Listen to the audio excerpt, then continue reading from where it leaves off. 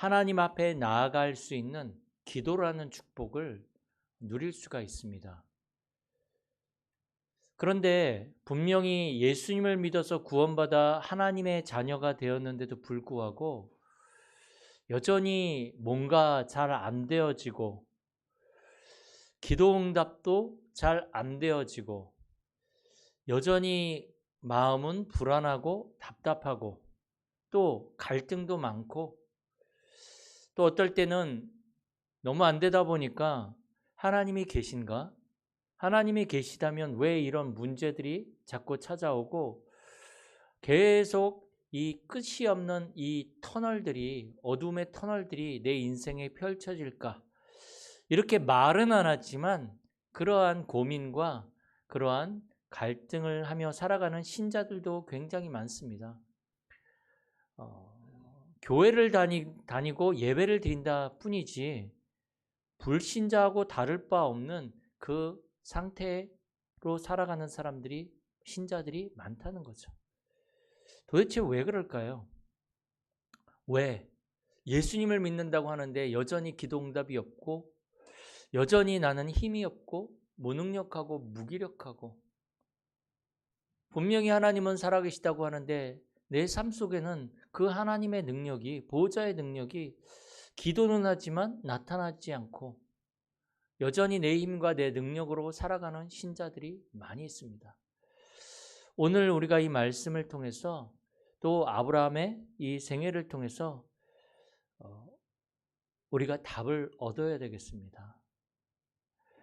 오늘 그래서 제목이 살리는 싸움을 하자라는 제목으로 우리가 말씀을 붙잡아야 되는데 사실은 싸움하기 이전에 내가 먼저 살아나야 되지 않겠습니까?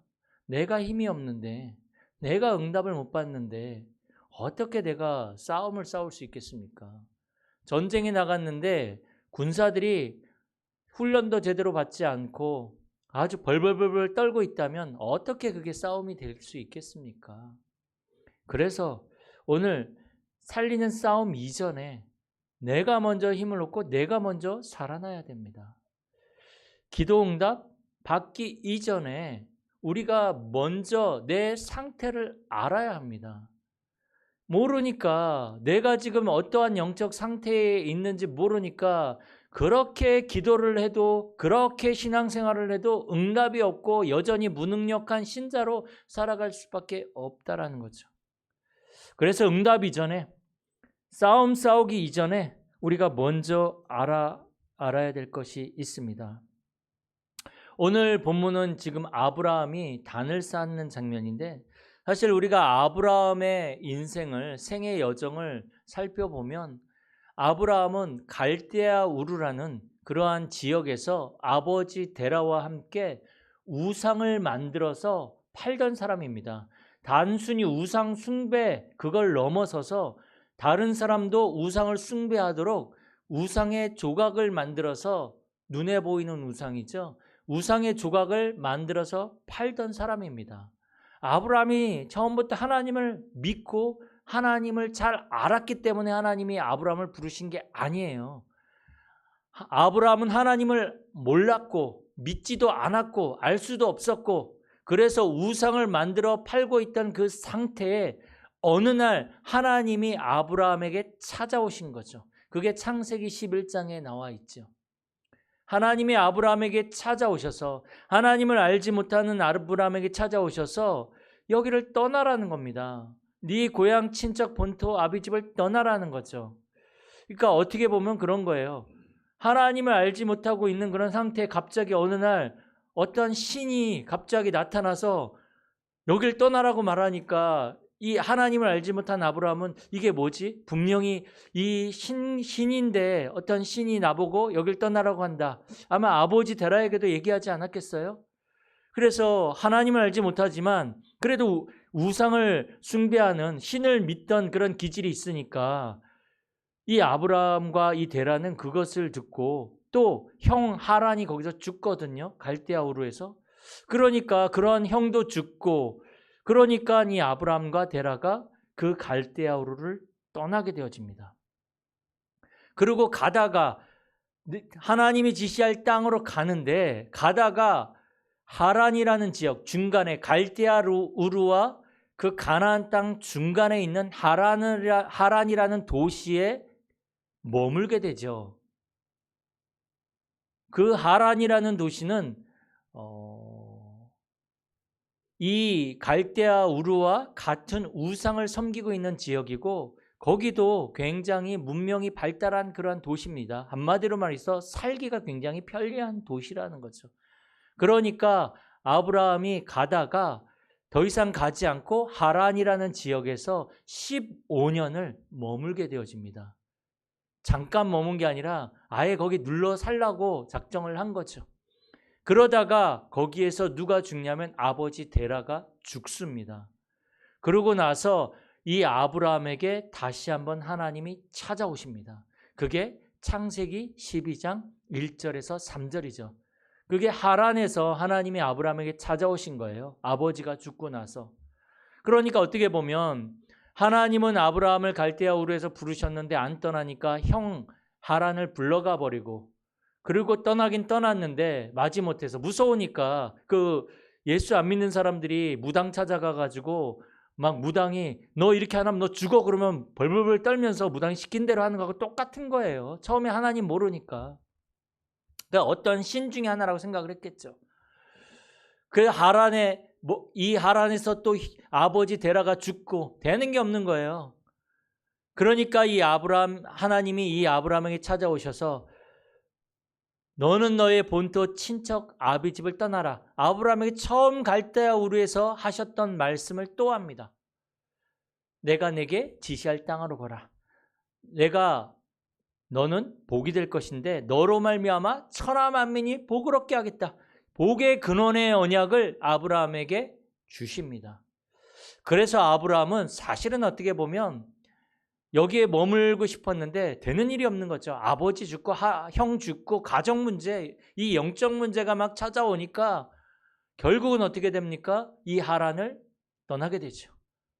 복의 근원의 이 언약을 붙잡고 이 하란을 15년 만에 떠나서 마침내 가나안 땅에 들어가게 되어집니다. 왜 가나안 땅에 들어가게 되냐면 들어가는 것이 중요하냐면 가나안 땅은 그 당시에 아브라함은 잘 몰랐겠지만 그리스도가 올 땅이란 말이에요. 하나님의 그 구속 사역이 완성이 되어질 하나님이 말씀하신 창세기 3장 15절에 여자의 후손의 복음이 완성되어질 그 땅, 그곳으로 가라는 거예요. 다시 한번 말해서 그 말은 그리스도 붙잡아라. 우리의 모든 문제를 해결하신 그 그리스도를 바라봐라. 그 말이거든요. 우리 신자가 구원은 받긴 받았는데 갈대아 우르에서 나왔는데 여전히 하란에 머물고 있는 거예요.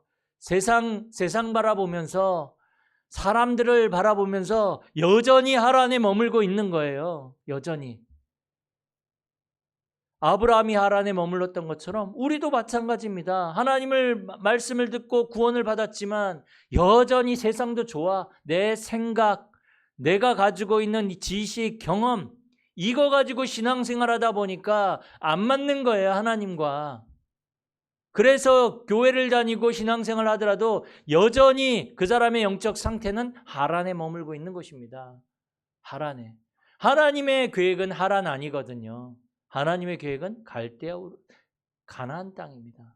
하나님은 우리가 오직 그리스도 바라보길 원하십니다. 하나님은 우리가 오직 그리스도로 우리의 인생의 모든 결론을 내길 원하시는 거죠. 그리스도 말고는 답이 없거든요. 그래서 이 아브라함이 이제 가나안 땅에 들어오게 되어집니다. 그 나름대로 거기서 단도 쌓고 그리고 잘 돼야 될 거 아니에요. 언약을 붙잡고 왔는데. 근데 어떻게 됩니까? 저번에도 말씀드린 것처럼 그 땅에 기근이 찾아오게 된 거죠.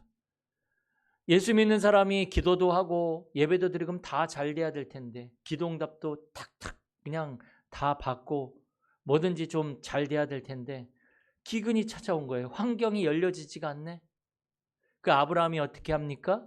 아브라함이 이제 언약보다 뭘 선택을 합니까? 이 상황을 보고 이제 자기의 생각에 좋은 그 물질이 풍부한 환경인 애굽으로 내려가게 되어집니다. 언약보다 환경을 선택하게 된 거죠. 하나님의 말씀보다 보여지는 것을 따라가는 거죠. 영적인 것보다 육신적인 것을 선택하고 따라가는 겁니다. 우리 신자들이 그럴 때 되게 많습니다. 영적인 것보다 육신적인 거, 이것 때문에 사실 기도하거든요. 정말 영적인 것보다 하나님의 말씀보다 내가 원하는 것, 내 생각, 이거 붙잡고 기도하고 이거 안 되면 왜 하나님의 응답 안 주십니까? 라고 떼를 쓰거든요. 하나님은 그거보다 더 큰 거를 우리가 복의 근원에 그 응답을 받길 원하시는데 많은 신자들이 영적인 것보다 언약보다 세상적인 것, 육신적인 것 그리고 선택하는 것도 말씀의 근거에서 선택하지 않습니다. 내 생각의 근거에서 선택합니다. 내 기준을 가지고 선택합니다. 그러니까 아브라함이 기근이란 환경을 보고 그 애굽이 굉장히 풍성한 땅이란 말이죠. 그걸로 내려가는 거예요. 그래서 그 애굽에 내려가서 어떻게 됩니까? 자기 아내를 누이 동생이라고 속이고 아내까지 그 바로 왕에게 뺏기게 되어지는 그러한 일들이 벌어지게 되죠. 그런데 그때 아브라함이 절대로 상상할 수 없는 하나님의 능력이 하나님의 기적이 바로 왕이 있는 그 궁에 나타나서 하나님의 저주가 임하게 되는 거죠. 그래서 다시 자기의 아내 사레를 다시 되찾게 되어지고 그 바로 왕이 은금과 짐승들을 이 아브라함에게 주게 되어지죠. 그리고 아브라함은 네게브라는 그 사막을 지나서 깨닫게 되어진 거죠. 아, 하나님이 바로왕보다 더 크시구나. 이 바로왕이 그 당시 최대 강대국의 왕인데 이 왕보다 더 큰 하나님이 계시는구나. 이 왕도 어쩔 수 없는 그 하나님의 능력, 이걸 직접 체험한 거예요. 예전에는 그 하나님이 안 믿어지니까 환경 보고 애굽으로 내려왔는데 이 아브라함이 애굽에서 바로왕보다 더 크신 하나님의 능력을 체험하고 이제 거기에서 머물 수도 있는데 기근이 끝날 때까지 모든 그 사람들과 가축들과 재물들을 이끌고 네게브라는 그 사막을 통과해서 다시 가나안 땅에 돌아오게 되어집니다. 사실은 아브라함은 언약을 받았지만 하나님을 믿는다고 하지만 아브라함 안에 아브라함 자신을 지킬 수 있는 망대가 없는 거예요. 영적인 망대가. 그 언약을 붙잡고 갈 수 있는 망대가 없는 거예요. 어떻게 보면 우리 믿는 신자들에게 이 신앙을 지킬 수 있는, 믿음을 지킬 수 있는 믿음의 망대가 없습니다. 그러니까 조금만 환경이 어려워지고 문제가 오면 마구마구 흔들려 버리는 거죠. 지킬 힘이 없는 거예요. 하나님은 분명히 살아계시고 지금도 말씀을 성취하고 계시는데 그 하나님을 내가 정말로 믿는 믿음이 없는 거예요. 그런데 아브라함은 애굽의 사건을 통해서 믿음의 망대를 세워가는 거죠. 그래서 가장 중요한 것이 뭡니까? 응답받기 이전에 우리가 싸우기 이전에 가장 중요한 것이 뭐겠습니까? 나의 영적인 상태가 가장 중요합니다. 하나님을 떠난 모든 사람들의 영적인 상태는 영적으로 창세기 1장 2절에 흑암과 혼돈과 공허입니다.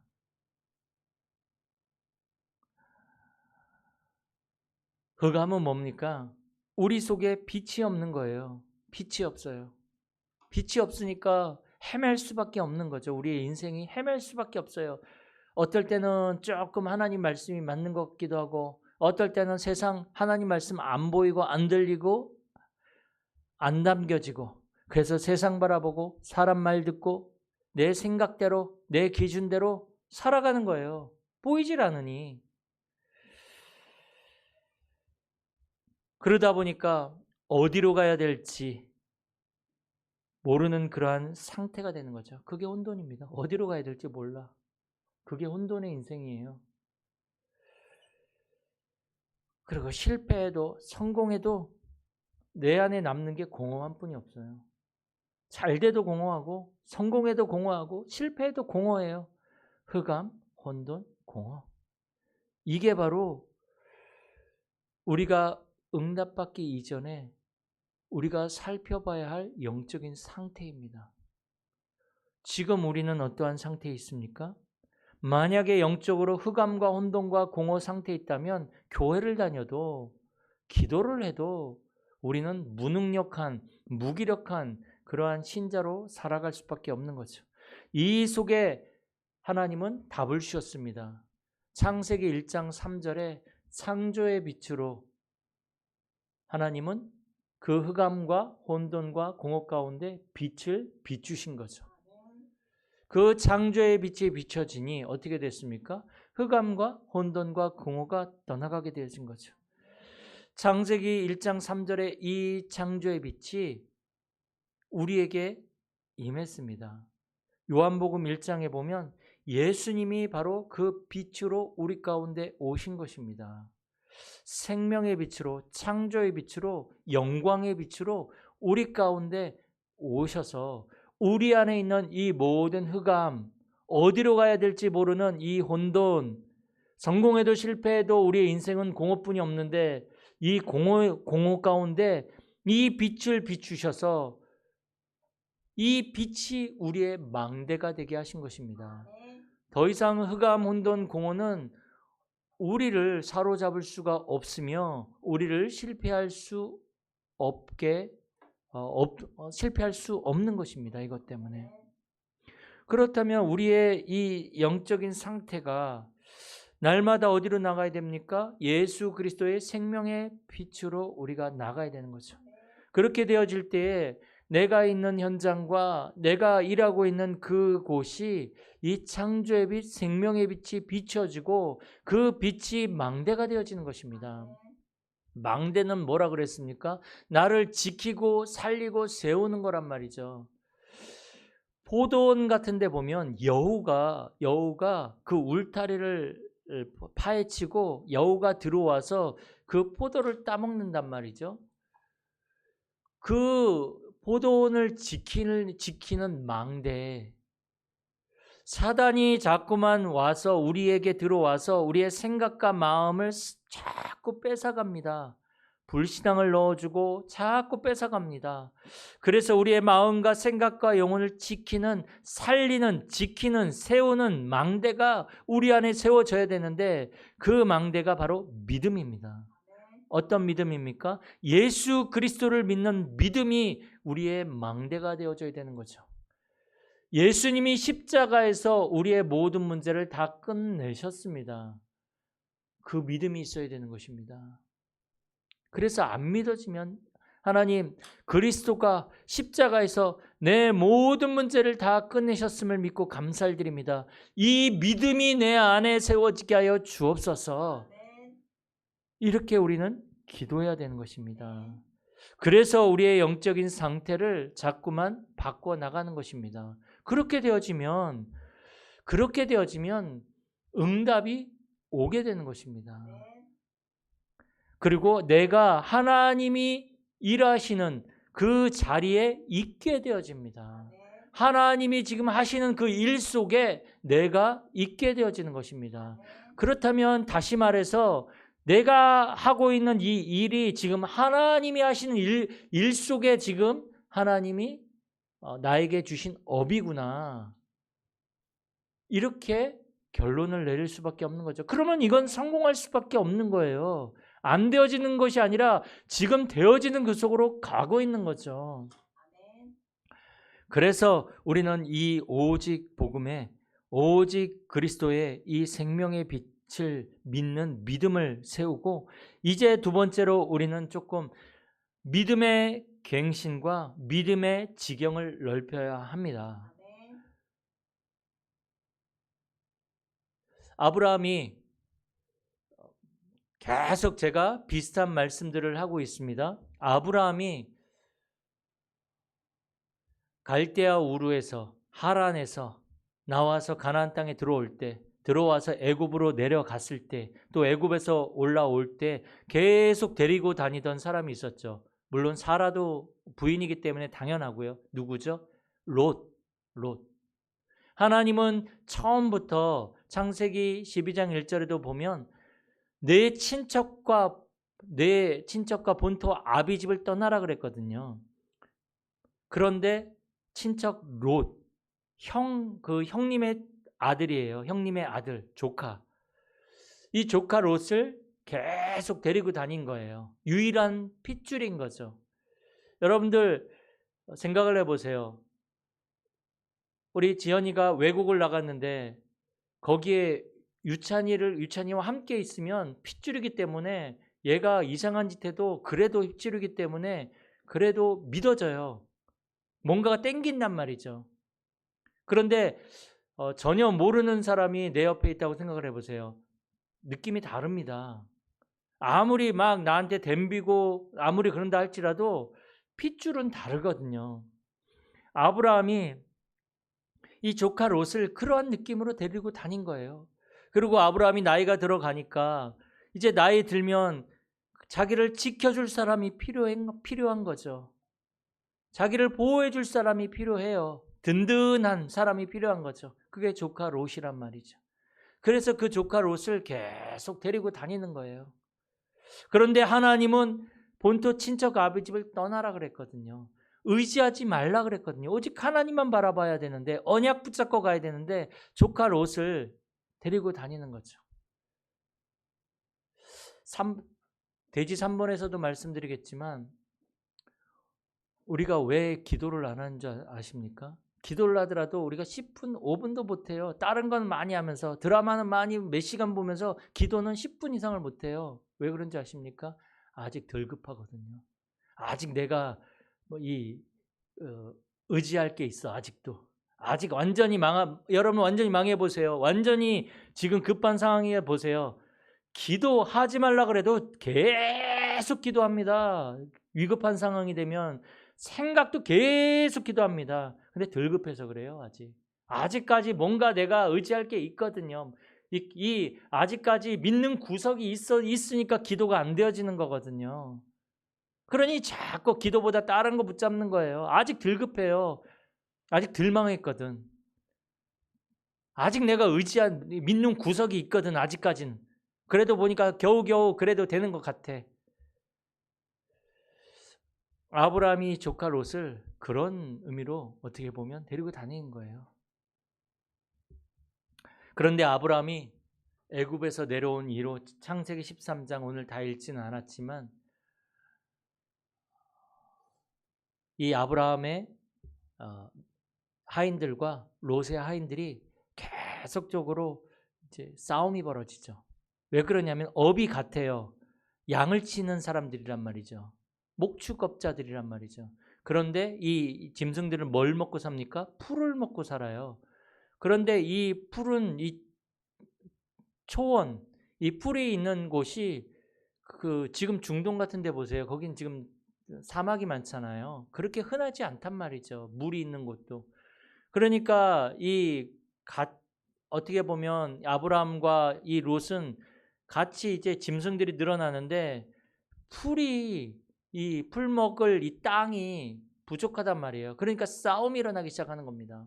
어떻게 보면 이 롯이 은근히 사실은 롯이 어떻게 삼촌한테 대들 수 있습니까?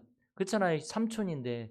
그리고 자기 하인들이 싸우는데 그걸 이 롯이 얘기를 하면 서로 싸움이 안 날 수도 있거든요. 삼촌의 거한테 그렇게 하지 마라. 이렇게 할 수 있는데 은근히 이 롯은 그냥 그걸 지켜본 거예요.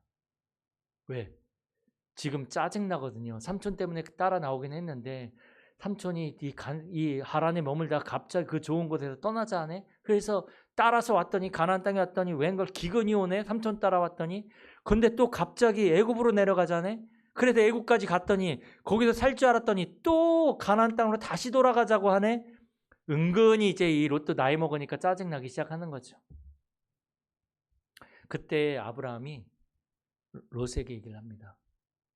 롯아, 너와 나는 핏줄이지 않냐. 우리가 서로 싸우지 말자. 그러니까 이제 네가 나를 떠나는데 네가 좌하면 나는 우하고 네가 우하면 나는 좌하겠다. 이 롯에게 먼저 선택권을 줍니다. 원래 어른이 먼저 딱 차지하면 밑에 사람이 다른 것을 이렇게 선택할 것이 원래 관례이잖아요.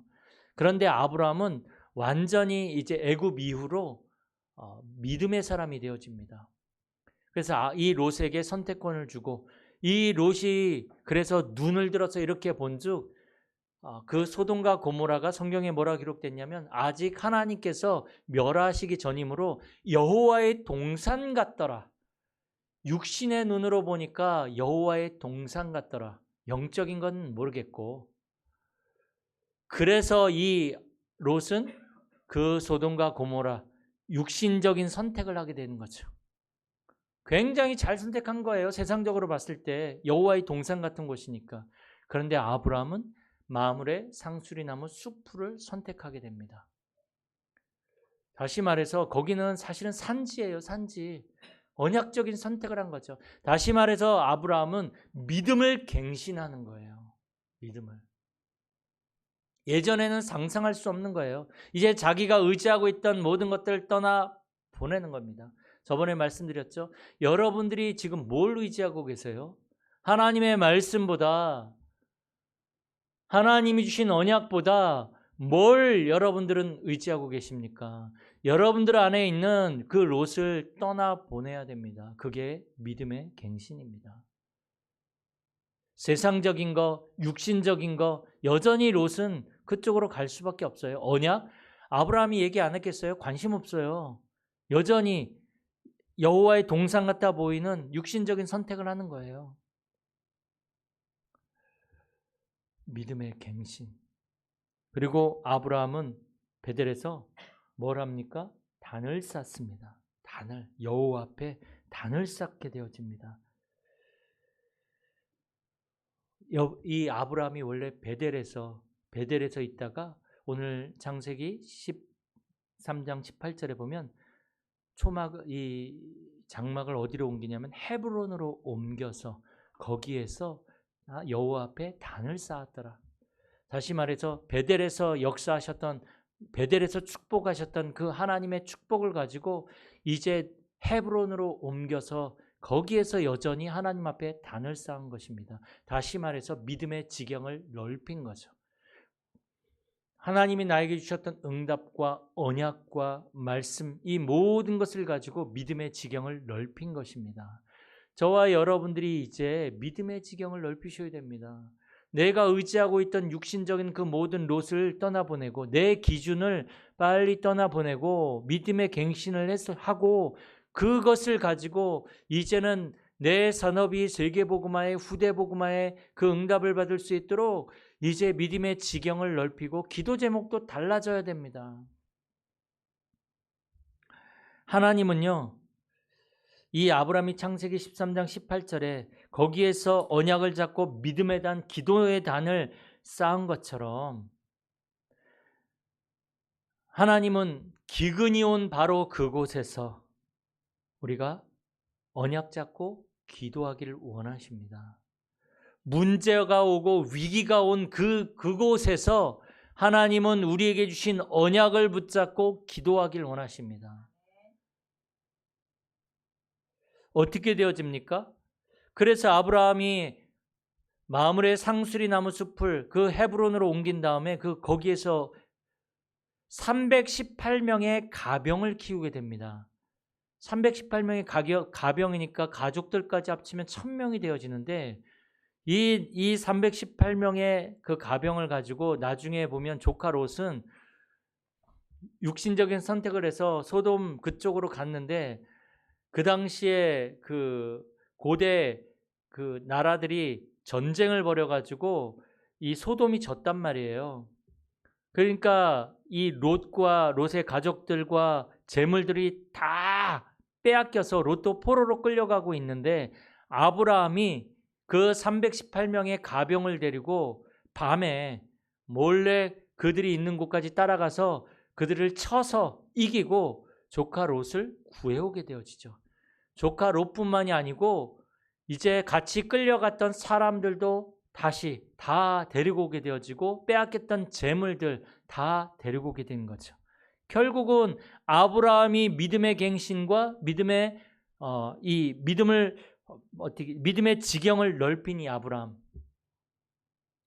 이제 영적인 상태가 오직 하나님을 바라본 언약을 붙잡고 기도의 단을 쌓았던, 믿음의 단을 쌓았던 이 아브라함이 이제는 다른 사람을 살리는 싸움을 하게 된 거예요. 자신뿐만이 아니라 조카와 그 소돔의 포로로 끌려갔던 사람들을 살리는 싸움을 하게 되는 것입니다. 빼앗겼던 그 모든 것들을 다시금 회복의 싸움을 하게 된 것입니다. 저와 여러분들이 조금만 언약 붙잡고 기도한다면 이제 하나님은 우리를 통해서 우리가 빼앗겼던, 놓쳐버렸던 그 모든 것들을 다 살리는, 회복하는 싸움에 승리하게 하시는 것입니다. 그래서 이제 우리는 살리는 싸움을 해야 됩니다. 어떻게 살리는 싸움을 합니까? 아브라함은 단을 쌓으며 언약을 붙잡고 기도했던 것처럼 이제 우리는요, 첫 번째로 오직 복음으로 나를 살리는 은혜가 먼저 있어야 됩니다. 날마다 복음으로 나를 살려야 합니다. 힘을 얻어야 됩니다. 답을 얻어야 됩니다. 오직 복음으로 나를 살리는 은혜. 두 번째로 오직 기도로 내 안에 영원한 믿음의 망대를 세우셔야 됩니다. 어떠한 위기가 오고 어떠한 상황이 오고 어떠한 어려움이 와도 내가 위에서 주시는 그 보호자의 힘을 가지고 이 길을 걸어갈 수 있는, 내 인생의 여정을 걸어갈 수 있는 그 오직 기도의 여정을 가야 됩니다. 아까 말씀드렸듯이 내가 왜 기도하지 않습니까? 내가 아직 믿는 구석이 있어요. 아직까지 망하지 않다 보니까 이 믿는 구석이 있으니까 기도가 안 되는 거예요. 아직도 내가 의지할 게 있어. 그러니 기도가 안 되는 거예요. 내 영적인 상태가 기도보다 다른 것을 더 의지하고 더 바라보고 거기에 빠지게 되는 영적 상태인 거예요. 하나님은 그걸 바꾸길 원하시는 거죠. 오직 기도로. 세 번째로 오직 전도로 내 인생의 방향을 확정하기를 원하십니다. 하나님은 복음과 전도 중심으로 모든 것을 다 움직이고 계십니다. 마태복음 24장 14절에 보면 천국 복음이 땅끝까지 전파되어져야 그제야 끝이 오리라고 말씀하고 있습니다. 다시 말해서 하나님은 이 복음이 땅끝까지 전달되어지는 그 시간표를 가지고 모든 것을 움직이고 계시기 때문에 복음으로 모든 사람을 살리는 그 시간표를 하나님은 지금 보고 계시기 때문에 우리가 복음과 전도 중심으로 모든 삶의 방향을 확정한다면 하나님은 우리의 모든 삶을 축복하시고 우리가 하는 모든 일을 축복하시고 우리는 하나님이 하시는 그 일 속에 있게 되어집니다. 저는 우리 렘넌트들이 하나님이 하시는 그 일 속에 있었으면 좋겠어요. 왜요? 제가 보니까 사람은 누구를 만났냐에 따라서 그 인생이 달라지고요. 영향을 너무 많이 받아요. 우리가 무슨 일을 가지고 시작하냐에 따라서 그 사람의 인생이 정해지더라고요. 10대, 20대 때는 선택의 폭이 굉장히 넓습니다. 내가 이 길로 갈까? 저거 할까? 그래서 하다가 아니면 또 다른 거 할 수 있어요. 바꿀 수도 있어요. 20대까지. 근데 30대가 되고 40대가 되면 더 이상 선택할 수 있는 폭이 줄어들게 됩니다.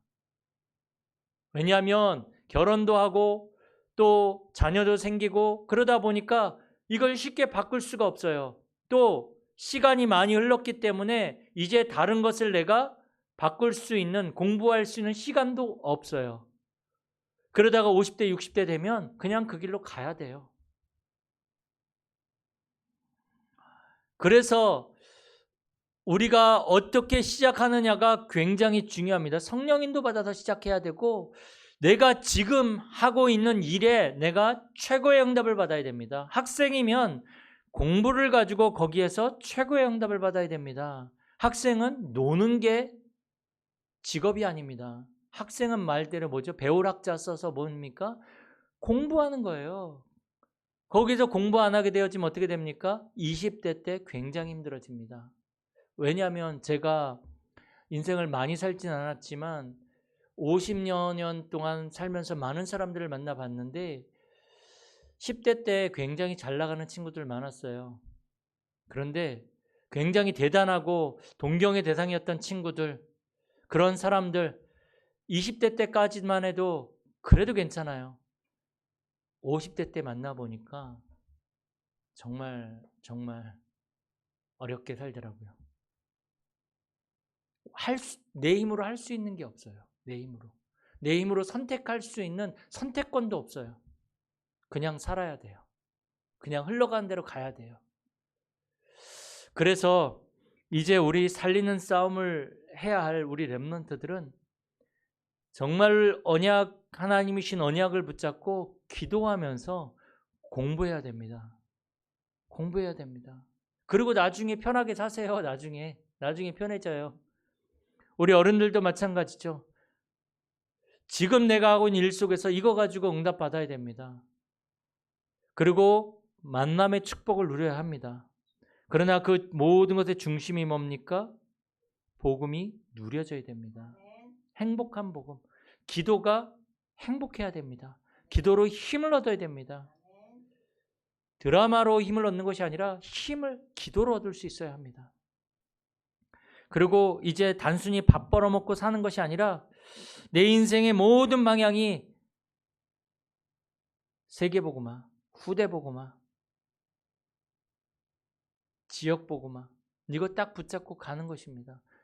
그리고 하나님이 어떻게 역사하신지 보잔 말이죠. 그래서 이번 한 주간도 우리가 살리는 싸움을 하는 그 언약을 붙잡고 시작하는 우리 모든 성도님들이 되어지길 축복합니다. 살아계신 하나님 감사를 드립니다. 이 시간에도 하나님 우리 말씀을 통해서 다시금 우리가 어떤 싸움을 해야 할지, 또 싸움 이전에, 응답받기 이전에 우리가 우리의 영적인 상태를 어떻게 바꿔야 할지 말씀으로 확인하게 하시니 감사를 드립니다. 이번 한 주간도 우리의 모든 여정 속에서 믿음의 망대가, 기도의 망대가 세워지는 한 주간이 되게 하여 주옵소서. 주 예수 그리스도의 이름으로 기도드립니다. 아멘.